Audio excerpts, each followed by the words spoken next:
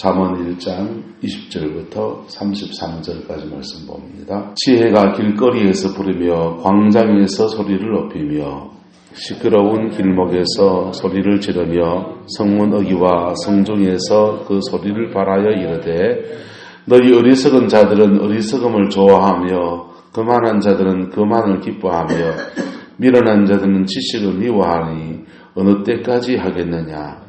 나의 책망을 듣고 돌이키라. 보라, 내가 나의 영을 너희에게 부어주며 내 말을 너희에게 보이리라. 내가 불렀으나 너희가 듣기 싫어하고 내가 손을 폈으나 돌아보는 자가 없었고 도리어 나의 모든 책망을 멸시하며 나의 책망을 받지 아니하였은즉 너희가 재앙을 만날 때에 내가 웃을 것이며 너희가 두려움이 임할 때에 내가 비웃으리로다. 너희의 두려움이 광풍같이 임하겠고 너희의 재앙이 폭풍같이 이르겠고 너희에게 근심과 슬픔이 임하리니 그때에 너희가 나를 부르리라. 그래도 내가 대답하지 아니하겠고 부지런히 나를 찾으리라.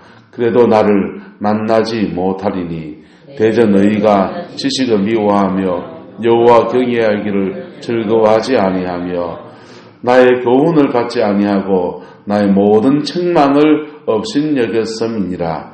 그러므로 자기 행위의 열매를 먹으며 자기 깨에 배 부르리라.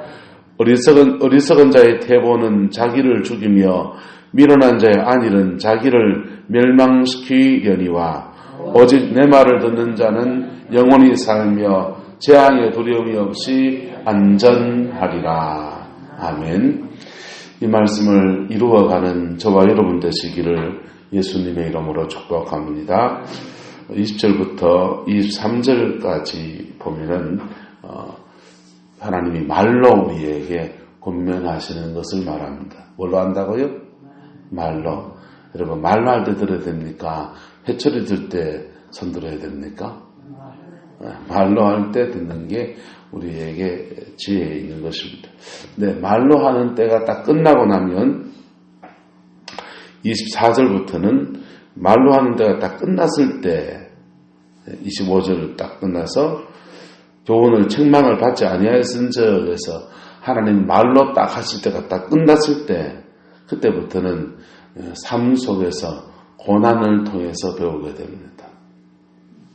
고난을 통해서 배울 때는요 26절부터는 재앙을 만날 때에 내가 뭐하고 웃을 것이고 두려움이 임할 때에 뭐하고 비웃는다. 이게 하나님이 정말 재앙을 만날 때 비웃을까요? 하나님이 마치 비웃는 것처럼 그렇게 우리에게 함께 해주지 않는 것처럼 느껴진다. 이런 뜻이라고 생각합니다. 그렇지 않겠어요? 그래서 여러분 우리가 이 자본의 말씀을 자세히 묵상하면서 여러분의 생활을 잘 반추해 보시고 고쳐서 십자가 앞에 깊이 서는 저도 되고 여러분도 되시기를 예수님의 이름으로 축복합니다. 단단합시다. 소를 잃어도 외양간은 고칩시다. 왜 고쳐야 됩니까? 다시 소를 키워야 되니까. 할렐루야. 우리의 삶 속에서 재앙이라고 하는 것, 저주라고 하는 것들이 사실은 굉장히 반복적으로 일어납니다.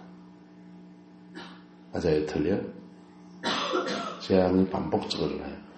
하나님이 우리에게 신실히 징계하실 때 그 징계하시는 패턴이 뭐 어떻게 오느냐 말합니다. 심은 대로 거두게 하십니다. 그가 다른 사람에게 했던 대로 그가 거두게 돼요. 심지어는 그의 부모가 다른 사람이 했던 대로 그가 거두게 돼요. 그래서 심은 대로 거두는. 정확한 통계를 우리가 안 내봐서 모르겠는데요. 자녀를 잘 낳지 못하는 가정들 있잖아요. 그런 가정에 이렇게 역학조사를 해보면 그 위로 이렇게 올라가면 다른 사람의 가정을 파괴한 사람이라든지 또는 낙태가 많은 가정들. 그래서 이렇게 생명과 관계된 어떤 죄된 것들이 있을 때에 주로 이제 대가 끊어지는 그런 현상입니다. 그러니까 자기의 삶을 내가 일어나는 걸 잘 분석해 보면 지금 내 가정 안에서 영적 흐름이 어떤 흐름이다 대충 알 수 있다 없다? 알 수 있어요. 알 수 있고 그 반대로 살면 하나님은 뭘 주실까요? 복을 주시는 거예요. 그래서 옛날 분들은 자녀를 갖지 못하는 가정은 꼭 뭐하라고 그랬습니까? 엎둥이를 드리라고 하는 엎둥이를. 엎둥이를 드리면 이상하게 태가 열려져. 왜요? 예. 생명을 해하는 쪽으로 살았던 흐름들이 생명을 살리는 쪽으로 나가니까 하나님이 거기에다가 복을 주시는 거예요. 할렐루야? 예. 이해가 돼요? 영적인 원리가? 그런 것이죠. 근데 하나님 우리의 삶에 고난을 통해서 우리를 알게 하시기 전에 뭐 하시느냐? 지혜가 어디에서 부르고요? 길거리에서 부르고 광장에서 소리를 높이고 시끄러운 길목에서도 시끄러워서 잘 안 들리잖아요. 그런데도 거기서도 큰 소리를 지르면서 성문 어귀와 성중에서 그 소리를 발하여서 외칩니다. 그러면서 말하기를 너희 어리석은 자들은 무엇을 좋아하며 어리석음을 좋아하며 거만한 자들은 뭘 기뻐하며 거만을 기뻐하며 미련한 자들은 지식을 많이 미워하니 어느 때까지 하겠느냐 이렇게 책망합니다. 나의 책망을 듣고 뭐하라? 돌이켜라 라고 권하는 거예요. 주님의 음성이 이렇게 들려질 때에 보세요. 우리를 정확하게 먼저 하는 게 뭐냐? 보여주는 게 먼저예요. 어리석은 자는 뭘 보여주고 네가 어리석다라는 것을 보여주고 거만한 자는 뭘 보여주고요? 네 거만하다 이걸 보여주시고 미련한 자들은요 네가 지식을 미워하는구나 라고 하는 것들을 그에게 보여줍니다. 하나님의 책망은 없던 걸 책망하는 게 아니고 나의 영적인 형편을 정확하게 보여주는 거예요. 할렐루야. 그런데 이 성경이 말하는 지혜가 똑똑한 걸 말하지 않는다 그랬어요. 영상도 말에 참 재밌는 말이 있잖아요. 헛똑똑이라는 말을 들어보셨죠? 성경이 말하는 것은 철학적이고 사변적인 그런 지혜를 말하는 게 아니고 잠언의 지혜는 특별히 잠언의 지혜는 우리의 생활과 삶 속에서 하나님을 경외하는 삶을 살아가는 생활의 지혜입니다. 할렐루야.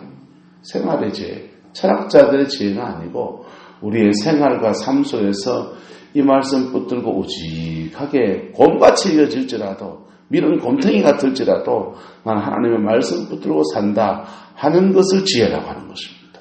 할렐루야. 네. 그렇게 말씀 붙들고 살아라 라고 하는데 사람들은 그래 살아가지고는 세상에 어떻게 살아남겠노? 이런단 말이에요. 이게 어리석지요. 그래가지고는 내 같은 자리에 못 오는지 그렇게 자기의 생활과 자기의 삶의 방식을 따라서 말하는 자들에게 주님이 회개하라고 돌이키라고 책망을 하시는 겁니다. 나의 책망을 듣고 말아 돌이켜라. 돌이키면요 23절에 놀라운 비밀이 돌이키는 자에게 보라 내가 나의 무엇을 영을 너희에게 부어준다. 뭘 부어준다고요? 성령 부어준대요. 예수님의 그 책망을 듣고 세례 요한의 책망을 듣고 그들이 회개하면 그들에게 뭘 부어주신다고요? 성령을 부어주신다는 거예요. 그 성령을 부어주시면 그 성령 안에서 우리를 죄로 끌고 가고자 하는 사단의 권세를 이길 힘이 생겨지고 그 성령 안에서 우리의 삶을 헤쳐갈 수 있는 하늘의 놀라운 지혜도 일어나게 되고 할렐루야. 여러분 야고보서 1장 5절은 말합니다. 너희 중에 누가 지혜가 부족하거든 모든 사람에게 후히 주시고 꾸짖지 아니하시는 하나님께 구하라. 그리하면 뭐하리라?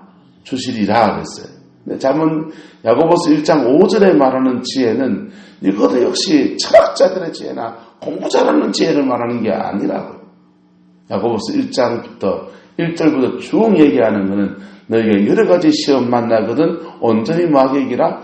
기쁘게 여겨라. 이는 너희 믿음의 시련이 인내를 만들어낸 줄 알미라. 인내를 온전히 이루라. 그래야 하면 너희가 온전하게 구비하여 조금 더 부족함이 없게 하려 함이라. 그리고 너희 중에 지혜가 부족하고 이렇게 말하는 거예요. 그 5절의 지혜는 뭐냐면 두 가지 지혜입니다. 내가 이 시험 가운데서 조금 더 부족함이 없게 하려고 하시는 하나님의 섭리를 깨닫는 게 지혜고 첫 번째. 그래서 내가 지금 고난받는 게 감사하게 느껴지고 내가 지금 시험 가운데 있는 중에 아이쿠 하나님 감사합니다. 이거 없었으면은 내가 죄로 더 떨어져서 지옥에 떨어질 뻔했는데 간섭해 주셔서 깨닫게 하시니 감사합니다. 자기 승리를 고난받는 승리를 깨닫는 게 지혜고 두 번째는요. 그렇게 감사하며 나갈 때에 하나님이 어떤 길을 여시냐 바랍시다. 살 길을 여십니다. 그게 지혜예요. 살 길을 찾아주신다. 그렇게 기도하다 보면 주님이 그냥 길이 확 열리기도 하고 주님이 구하고 찾고 두드리고 할 때 두 번째 단계가 뭐라고 했습니까? 찾고잖아요. 문을 찾게 하는 거. 그 문을 찾으면요. 문을 찾으면 고난 중에서 아이쿠 내가 주님 앞에 지금 이거 해야 되겠네 깨닫고요. 믿음의 어떤 실천을 하기도 하고요. 땅에서 푸는 일을 하게 된다고요. 할렐루야. 그때 인생문이 확 열리는 거예요. 할렐루야. 그런 게 지혜인 거죠. 자, 책망하고 지혜, 책망하셔서 그 책망 중에 깨닫는 자에게 주님이 뭘 주셔서 성령을 부어주시고 성령을 부어주면 자신의 그 고난 중에 그래도 함께 하시는 하나님의 은혜 때문에 감사하고 이 고난 가운데 있는 것이 무슨 뜻인지 몰랐는데 내가 그걸 깨닫게 되고 이해가 되니까 감사하고 그리고는요 고난을 넘는 하늘의 지혜를 고난을 뚫고 나갈 수 있는 하늘의 지혜가 그에게 확 부어지게 되는 할렐루야. 그래서 성령을 책망을 듣고 돌이키는 자에게 하나님은 뭘 준다고요? 성령을 주어서 내 말을 너희에게 뭐하리라? 보이리라. 그때는 말씀이 이제 보여지는 거예요. 말씀이 실상이 된다는 말이에요. 할렐루야. 그런데 그 말을 듣고 구약시대에 예수님 당시에 세례 요한이 요단 강가에서 회개하라고 하는데 그 세례 요한의 말씀을 듣고 돌이켜 회개한 사람이 다수였다 소수였다? 소수였어요. 예수님이 똑같이 회개하고 하나님 나라가 가까워서 회개하고 구원을 받으라고 하는데 그 말씀을 듣고 회개한 사람이 소수였다 다수였다? 소수였어요. 오늘 시대에도요 회개하고 돌이키라는 말을 하는데 그것만이 살 길 맞습니까? 안 맞습니까? 그것만이 살 길 맞다고. 십자가 외에 다른 살 길이 어디 있습니까? 그런데 인간에게는 자꾸만 십자가 외에 다른 길을 찾아놨어요. 그리고 십자가 외에 다른 길 속에서 사람들을 꼬드기고요. 그게 끌리고요. 예? 그런데 여러분 보혈의 은혜 없이 우리에겐 길이 없는 거예요. 왜? 따라서 역사는 하나님이 주관해 가십니다. 이거 확실하게 믿어야 됩니다. 역사는 그 어떤 사람이 주관해 가지 못해요. 네? 역사는요, 여기 있는 목사가 주관하는 것도 아니에요. 역사는 세상을 움직이는 어떤 사람들이 주관해 가는 것도 아니라고요. 그 사람들도 다 역사 아래 있는 것. 근데 그 역사는 누가 주관해 가시느냐?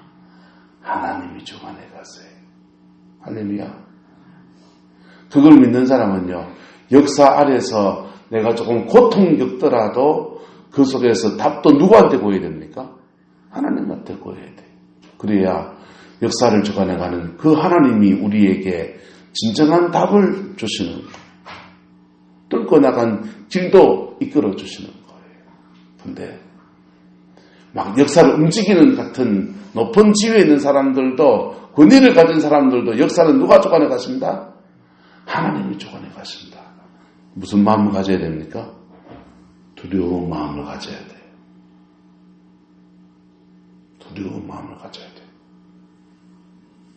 그래서 하나님의 말씀을 무시하고 하나님의 교훈을 무시하고 자기 멋대로 살려고 그거 책망하고 돌이키라고 성령을 부어주겠다고 약속하시는데 그 말을 듣지 않는 사람들에 대해서 그 다음 말합니다.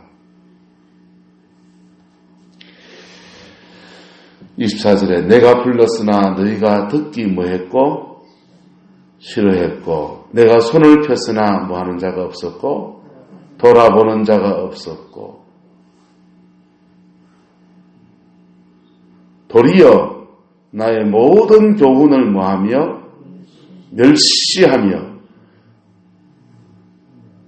24절의 거는 그냥 동량을 안 해주는 거라면 25절의 거는요 교훈을 멸시하는 거는 동량을 뭐 해주면 앉아 뭐도 깨지 말라고요? 쪽박은 깨지 말라고 쪽박을 깨고 앉아있는 거예요. 구약시대에 선지자들을 하나님이 당신의 종들을 수없이 보내서 회개하라고 권하는 겁니다. 회개하라고 권했더니 그 말을 들은 사람들이 그 당시에 역사를 주관한다라고 하는 왕이나 이런 지위에 있는 사람들이 그 선지자들을 돌로 쳐 죽여버리고요. 이사야 같은 사람은 왕가의 선지자예요. 그런데 톱으로 쳐가지고 죽여버렸어요. 한번 따라합시다. 동량은 못 해줄 망정, 쪽박은 깨지 맙시다. 여러분, 저도 여러분들 이 말씀 앞에 겸손하기를 예수 이름으로 축복합니다. 왜? 이거 무시한다고 해서 역사를 우리가 주관하는 게 아니라니까.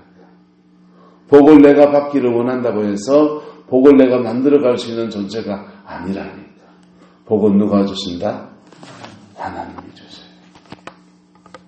그래서 말씀을 전했는데 그렇게 책망을 듣고 돌이키지 않으니까 심지어 교훈을 멸시하고 교훈을 전하는 자들을 그냥 막 톱으로 켜 죽이고 그냥 책망하고 돌로 치고 그랬던 사람들이 되니까 26절에 너희가 무엇을 만날 때에 재앙을 만날 때에 내가 뭐 할 것이고 웃을 것이고 두려움이 임할 때에 내가 뭐 할 것이고 너희의 두려움이 뭐같이 임하고 광풍같이 임하고 너희의 재앙이 뭐같이 이르겠고 폭풍같이 이르리라. 광풍이나 폭풍은 바로 요즘 말로 하면 태풍이 오는 것이요. 너희에게 무엇과 무엇이 만다? 근심과 슬픔이 임하리니. 여러분, 이게 뭐로 오느냐? 따라합시다. 심은 대로 거둔다. 여러분 보세요. 씨앗을 한 개 심었으면 씨앗이 한 개 납니까? 한 개 심었으면 30배, 60배, 100배가 납니까? 나라 하나를 심었습니다. 하나 납니까? 한 가마씩 납니까? 하나 심으면 한 가마 안 나겠네요. 어쨌든 심은 것에 여러 배를 거두지 않습니까? 그렇죠? 선한 것도 그렇고요. 악한 것도 그래요. 우리는 악한 것을 한 개, 두 개를 심는다고요? 그런데 그 악한 것에 열매를 거둘 때는 꼭 한 개만 거두는 게 아니에요. 예수님이 십자가에 죽으실 때에 유대인들이 바라바를 놓아주랴 예수를 놓아주랴 라고 하니까 바라바를 놓아달라고 그럽니다. 빌라도는 손을 물에 씻으면서 말합니다. 난 이 사람들을 피해 상관이 없는데 이 피를 누가 담당하겠느냐. 무죄한 자의, 이 사람이 무죄한 자라면, 무죄한 자의 피를 흘렸다면 이 피값을 누가 담당하겠느냐. 나는 이 사람의 피에 상관없다. 손을 이렇게 씻으면서 말합니다. 유대인들이 큰 소리를 외칩니다. 그 사람의 피를 우리와 우리 자손에게 돌려라고. 무죄한 자의 피를 우리와 우리 자손에게 돌려라고 그렇게 외쳐든.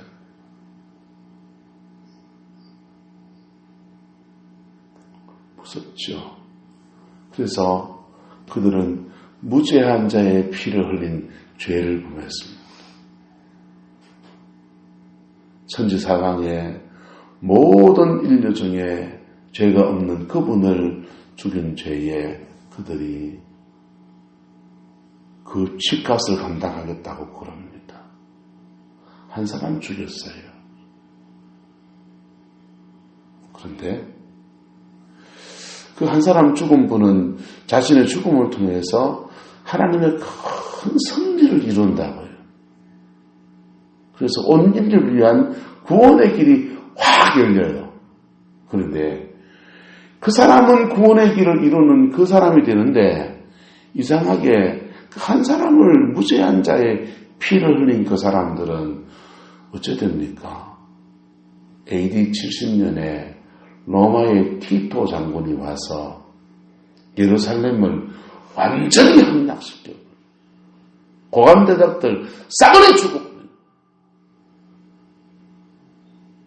별 볼 일 없는 사람들은요 전 세계 뿔뿔이 흩어져가지고 그 2000년의 세월 동안 1900 몇 년 동안의 세월 동안 나라 이런 것을 되어서 유럽으로 아프리카로 러시아 쪽으로 막 흩어져 살면서 그래 살다가 지금 1945년도에 이스라엘이 땅이 회복이 돼가지고 그 땅에 돌아가 살고 있어요. 보세요. 한 사람의 피를 흘린 죄가 무슨 피를 흘립니까? 우리와 우리 자손들에게 돌려서서 그들 냈더니 그들과 그들 자손이 그 피값을 치르는데 여러분 심은 대로 거두는 정도입니까? 심은 것에 몇 배를 거둡니까? 역사는 누가 주관해 가십니다? 하나님이 주관해 가십니다. 그런데요 무죄한 자의 피를 흘리니까 그들도 무죄한 자의 피를 뭘 흘립니까? 흘리는 거죠. 아우슈비츠 수용소에서 유대인들이 대량으로 학살을 당하는데 무슨 죄를 지어서 학살을 당합니까?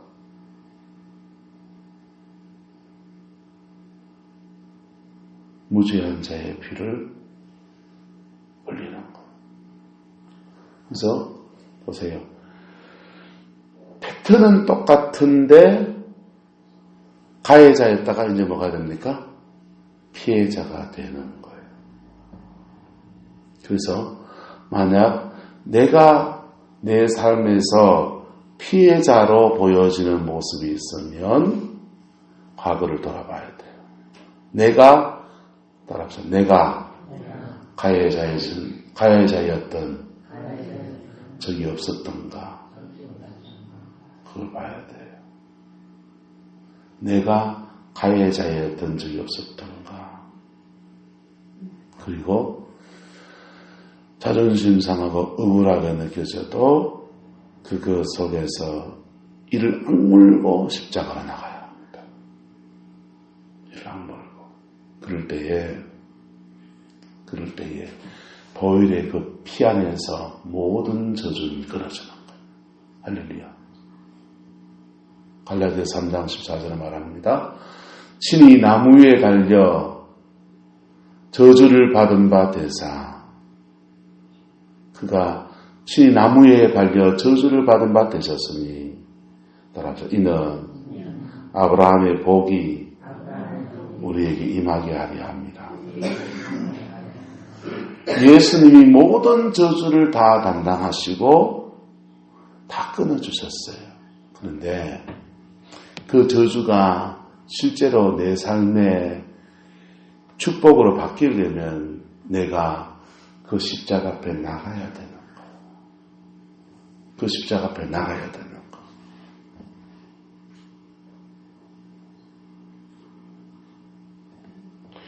그런 재앙의 수레바퀴를 지나갈 때에요. 28절에 그때 너희가 나를 뭐하리라 부르리라. 그래도 내가 뭐하지 아니하겠고 대답하지 아니하겠고 부지런히 나를 찾으리라. 그래도 나를 뭐하리라 만나지 못하리라. 마치 그렇게 느껴져요. 고난의 구렁텅이를 막 지나갈 때에요.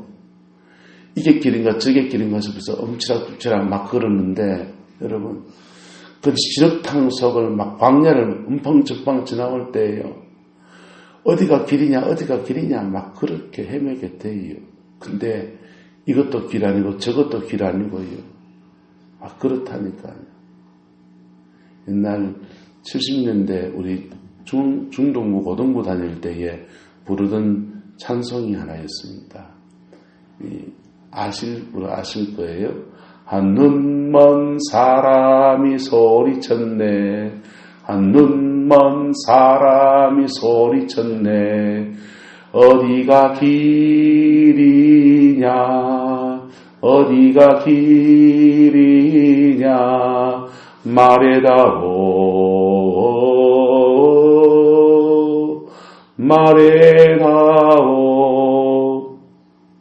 어스코산 이해 가시네요. 하도 안 부르다가 불러보니까 가사가 기억이 안 나요. 근데요, 보세요. 어디가 길이냐? 한 눈먼 사람이 눈을 보지 못하는 사람 입장에서는 길을 찾아 헤매는 그 절박함을 그가 말하는 것이죠.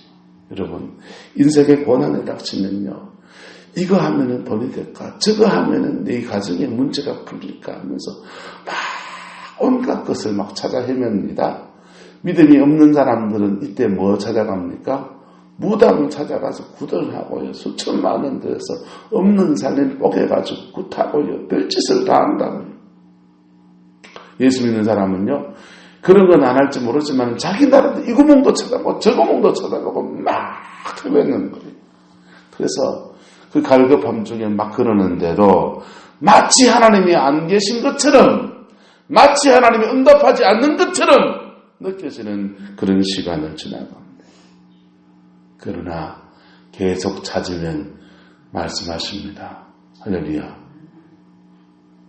말씀하시는데 그렇게 간절하게 구하다 보면 주님이 문고를 꽉 열어줄 때도 있고 간절하게 구하다 보면 따라합시다. 문을 찾게 하십니다.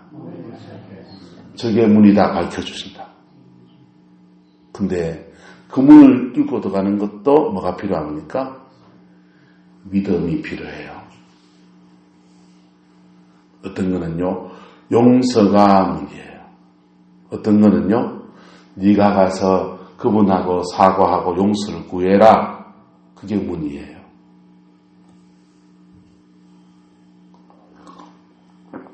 우리 모교회에 이삼도 장로님이라고 이원일 장로님 두 분 장로님이 초임 장로님이 됐어요. 장로님이 됐는데 얘기 몇 번 했을 거예요. 담임 목사님이 주일날 결혼식 주례를 써준 거예요. 교회 청년부 회장하고 부회장하고 결혼하는데 안 믿는 가정의 자녀들이어서 교회에서는 신실한데 결혼식을 주일날 날짜를 잡은 그 당시에 주일날 날짜를 잡으면 주례도 안 써주고 그랬잖아요. 주례 안 써주는데 청년들 둘이가 와서 목사님 가정이 이전저만해서 우리가 결혼식 날을 주일날 잡았는데 그래도 꼭 주례는 목사님한테 받고 싶다고 축복은 목사님한테 받고 싶다고 그러니까 목사님 낮 예배 드리고 점심시간에 몰래 그래 빠져나와가지고 결혼식 주례 30분 퍼떡 써주고 다시 돌아가서 그 당시는 저녁 예배 드렸으니까 예배 준비하고 저녁에 예배 드리려고 그렇게 왔어요. 와서 목사님 편에서는 사랑을 베푼 겁니까? 율법을 어긴 겁니까? 사랑을 베푼 거다. 근데 신임 장로님이 그 두 분의 눈에는 주일날 주례를 써주다니 이래 된 거예요. 결혼식 하는 것도 마음에 안 들고 주일날 주례를 쓰는 것도 마음에 그래가지고 노발대발하고 난리가 났어요. 윤종탁 목사님이 결국은 그것 때문에 교회를 사임하셨어요. 그리고 두 분 장로님으로서 이제 이렇게 이제 밑에 장로님들은 서위로 올라가잖아요. 그런데도 가정 살림이 계속 말리는 거. 돈이 계속 붙잖아요. 이원일 장로님은 제 친구 아버님이에요. 그래서 사정을 너무 잘 알죠. 온 식구가 그냥 꼼대때 다니면서 그냥 이렇게 저렇게 그냥 다 자녀들까지 그냥 그렇게 돈 벌려고 하는데 이상하게 돈이 좀 모이랬으면 계속 깨지고 하는 거. 그러다가 감림산 기도원에 강사를 다니는 목사님, 이제 이름도 까먹는다. 부산에서는 많이 오시는 목사님, 오순정 목사님이라는 분이 계세요. 그 목사님 부흥회를 참석했다가 이원일 장로님이 자기 삶이 이해가 안 되니까 면담을 목사님, 제가 사실은 이런데 장로인데 교회 장로면 교회 재정적으로 좀 힘도 쓰고 이래야 되는데 형편이 이렇게 안 풀리는데 왜 그렇죠? 오순정 목사님이 그 목사님하고 푸세요 그랬어요. 그래서 그것 때문에 그래요. 그래서 그 목사님한테 가서 풀었어요. 두 분 다 복을 받았어요. 그래서 그 목사님은 개척교회 하시고 은퇴하셨거든요. 이상하게 지금 돈이 너무 많아요. 대구에서 개척 은퇴하셨는데 돈이 너무 많으세요. 노후 생활 하나는 다 책임져 주셨어요. 그 목사님대로 하나님이 풀어주시고 장로님은 장로님대로 사위 아들 딸 집 잘 보내고 다 그렇게 잘 살아요. 여러분, 하나님은 저와 여러분들에게 복을 주기 원하십니다. 할렐루야. 역사를 주관하시는 분이십니다. 그분은 또 복을 줄 수 있는 분이십니다. 그런데 우리에게 재앙도 옵니다. 그런데 우리에게 저주도 꼬입니다. 왜? 저와 여러분들이 뭘 자꾸 무시하기 때문에, 지혜를 무시하기 때문에, 뭘 무시하기 때문에? 지혜는요, 우리를 보여주는 게 첫 번째라니까. 어리석은 자는 뭘 보여주고, 네 어리석다 보여주고, 그만한 자는요, 너의 그만을 보여주고, 미련한 자들은요, 너 좀 미련하다라고 보여준다고. 음란하면요, 음란한 걸 보여주시고. 그거 보여주는 거 자존심 팽 상해야 됩니까? 정직하게 받아야 됩니까? 정직하게 받고 십자가 앞에 서면 말로 깨닫게 되는 거예요. 말로 할 때 깨닫고 기도할 때 하나님이 깨우쳐 주시고, 그래서 십자가 앞에 서서 보혈의 능력을 덧입으면 우리의 삶은 저주는 끊어지는 겁니다. 할렐루야. 모든 저주는 십자가에서 끊어지는 거예요. 근데 십자가 외에 딴 것 자꾸 찾아다니는 거세요. 딴 것 자꾸 찾아다니시라고. 시간만 자꾸 가야죠. 시간만 자꾸 가죠. 누구한테 기도받으면 여러분 그런다고 해결 안 돼요. 누구한테 기도받으면 잠깐의 마중물 한가 없습니다. 한 모금 목 죽일 수 있는 물 한 바가지 얻는다고요. 이 목수자는 그러대요. 저한테 안수를 받으면 일주일 정도 영이 이렇게 몸이 가뿐해지는 걸 이렇게 느낀다. 그래서 어저께 특장에 신방 갔더니 기도를 해달라는 거예요. 오징어 말리는 데서 안수 기도를 하면서 10분 동안 이래 쭉 기도해 주니까 이제 기침하고 토하고 그래서 몸이 가뿐해지죠. 저한테 기도 받아도 몇 분 간다고요? 짧으면은 일주일이고 그분 말씀에 좀 그 시기하게 무시기하게 하면 3일 가고 좀 길게 가면 한 일주일 간답니다. 그래요. 딴 사람한테 기도 받아도 마찬가지예요. 근데 마르지 않는 샘이 저와 여러분 열릴 수 있습니다. 그거는요, 살아계신 그분 예수 그리스도 그분 앞에 우리가 정직하게 엎드릴 때 마르지 않는 영혼의 샘이 열리는 거예요. 할렐루야. 한 바가지 물 먹고 만족하실래요? 일주일 동안 물 걱정 안 하고 사실래요? 평생에 물 걱정 안 하고 사실래요? 평생에 걱정 안 해야 되죠. 뭐냐? 하느님이 지혜로 우리에게 말씀하실 때에 듣는 저도 되고 여러분도 되기를 축복합니다. 어떻게 저는 넘어지고 일나고 너무 귀한 믿음이지만은 여러분 안 넘어져야지 한번 넘어졌습니다. 할렐루야. 깨닫는 저와 여러분 되시기를 예수 이름으로 축복합니다. 기도하겠습니다. 사랑과 은혜가 많으신 아버지 하나님, 주님의 말씀을 따라서 우리가 십자가 앞에 섭니다. 겸손한 저희들 되게 하시고 하늘의 지혜 앞에서 겸비해서 보혈의 그 능력 안에 서는 저희들 되게 역사해 주시옵소서. 주의 말씀을 듣는 자는 평안히 살며 재앙의 두려움이 없이 안전하리라고 하셨으니 하나님, 주의 백성들의 삶에 이제는 평안히 살며 재앙의 두려움이 없이 안전한 은혜를 주셔서 남은 생에 열매 맺는 생이 되게 하나님 역사하여 주옵소서. 여호와께서 함께해 주시기를 원합니다. 예수님의 이름으로 기도드리옵나이다. 아멘.